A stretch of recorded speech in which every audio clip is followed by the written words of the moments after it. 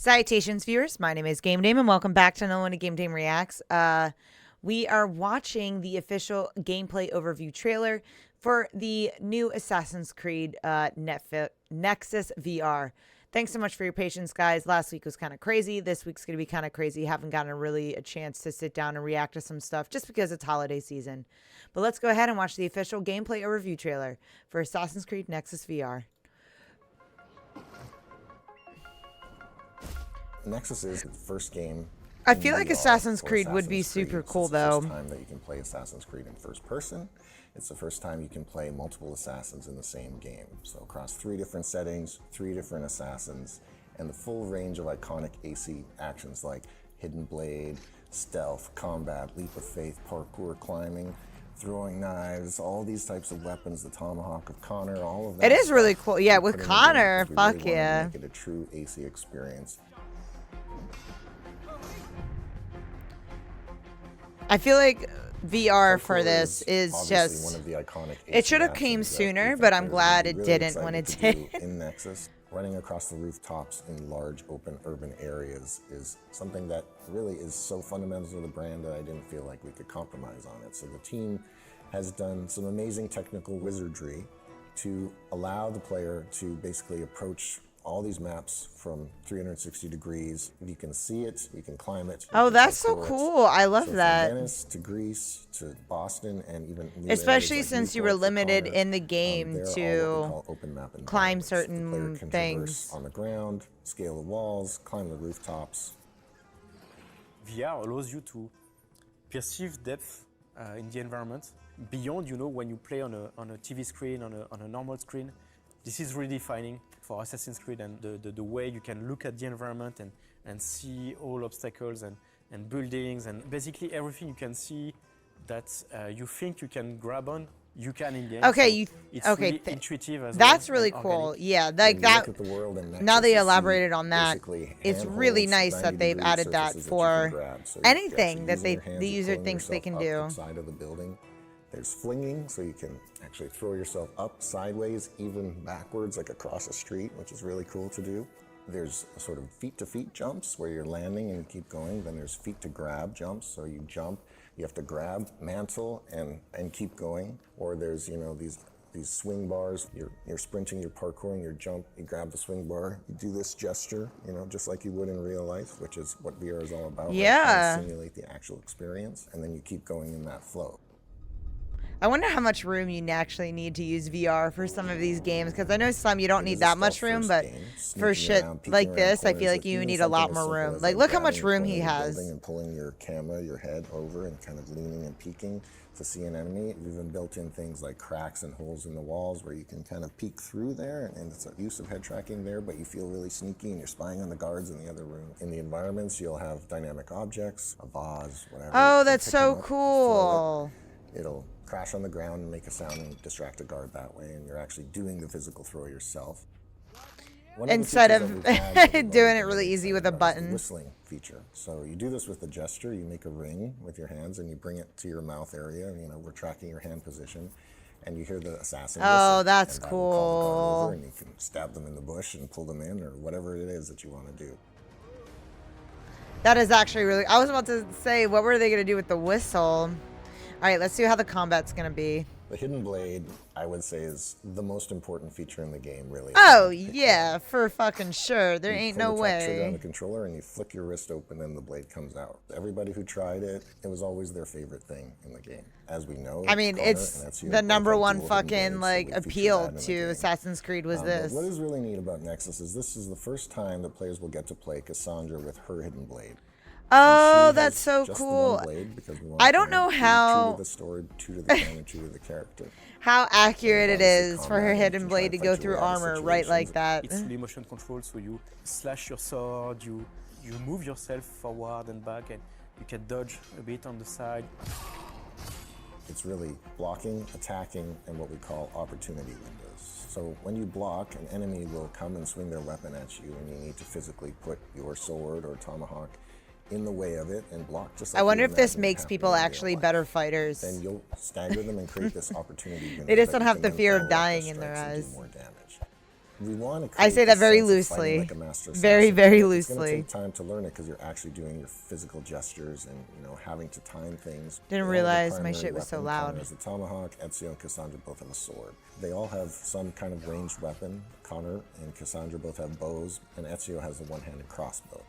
They all have throwing knives and smoke bombs. So you feel familiar and comfortable playing these assassins with the sort of core weapon set that they have, but there's also some nice specialization of who they are. Ooh, okay. So once you've learned the And basics going of through the combat, bow as well as the type advanced shit combat is nice. moves, you can put these Kind of this like a all mini together workout. and take out a group of enemies master assassin style. So for example, you come in from a rooftop, you air assassinate the first enemy, take your throwing knife to finish the second one, pull out your bow, take down the third one, and then draw your sword or tomahawk and engage the last one in combat and finish. Okay, with the Mr. blade Versatile right here. Another iconic AC experience is, of course, air assassination, right? Oh, So for thrown into the fucking air sure. in That's VR like the in most first person. So appealing there's even thing, some for additional damn sure. nuances that are part of it. So, for example, if you're sprinting, your air assassination distance will be increased. So you can sprint to the edge of a rooftop, hit the button, and fly further and have even a more dramatic, long jump kind of kill. Even using the bow as you jump into the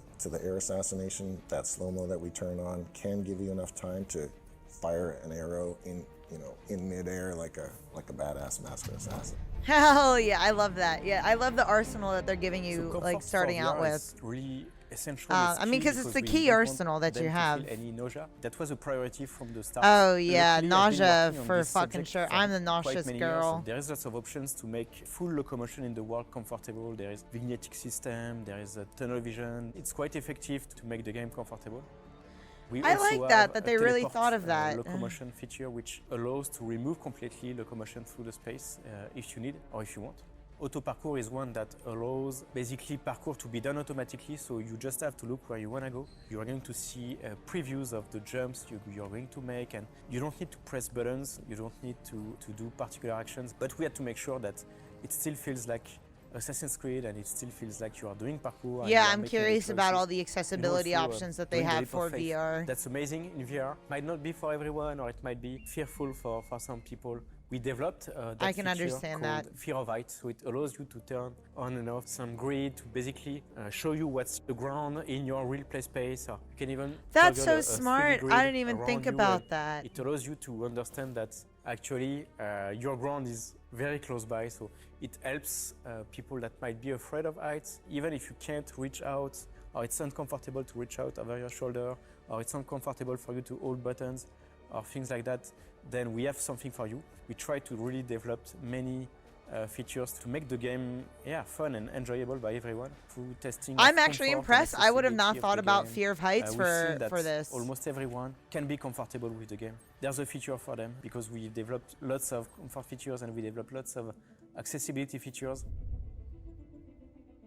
Oh yes, give us the story. I mean, isn't it And just people ask the question a lot of like, how do you play 3 assassins in 3 settings in the same game and have it make sense narratively? Yeah, that's what So I'm the idea curious is that about. you're an elite player hacker that is undercover for the Brotherhood and is now working for Abstergo.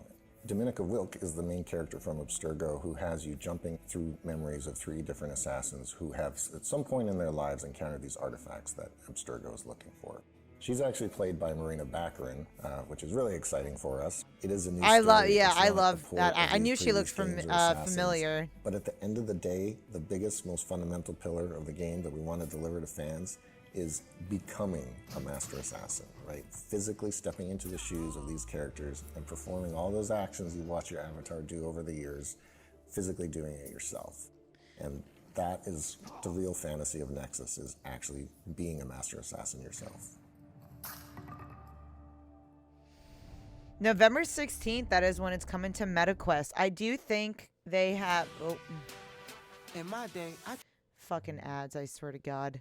I do think that they did a really good job with tackling the accessibility and also things I didn't even think about, which is like motion sickness and fear of heights. Especially with something like this, just because like motion sickness comes very easily to something this immersive, and seeing it on a screen and then seeing that right in front of you is such a different experience, especially for people like me who grew up with not that experience.